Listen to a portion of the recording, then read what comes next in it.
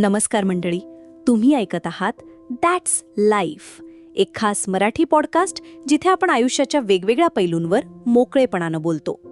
स्वागत आहे तुमचं आजच्या एका साध्या पण खोल अर्थ असलेल्या विषयावर. आजचा छोटा बदल, उद्याचं मोठं यश. थांबा, क्षणभर डोळे मिटा आणि स्वतःला विचारा, आज मी माझ्या यशासाठी काही केलं का? छोटंसं तरी काही.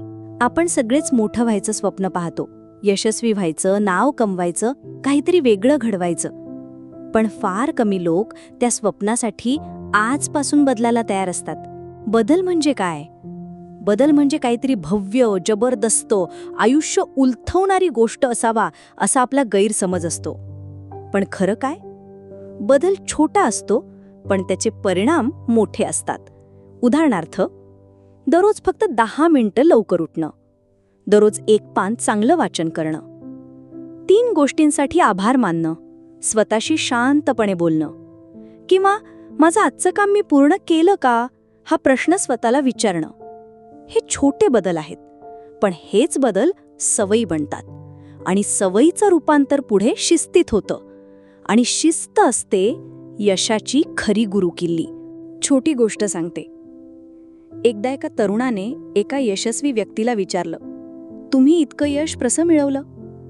त्यावर तो म्हणाला, मी दररोज फक्त एक गोष्ट सुधारत गेलो. काही मोठं नाही, फक्त थोडंसं चांगलं.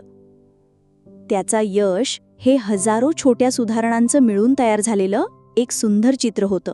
म्हणूनच मित्रांनो, यश कुठून येतं? कोणालाच लॉटरीतनं मिळत नाही.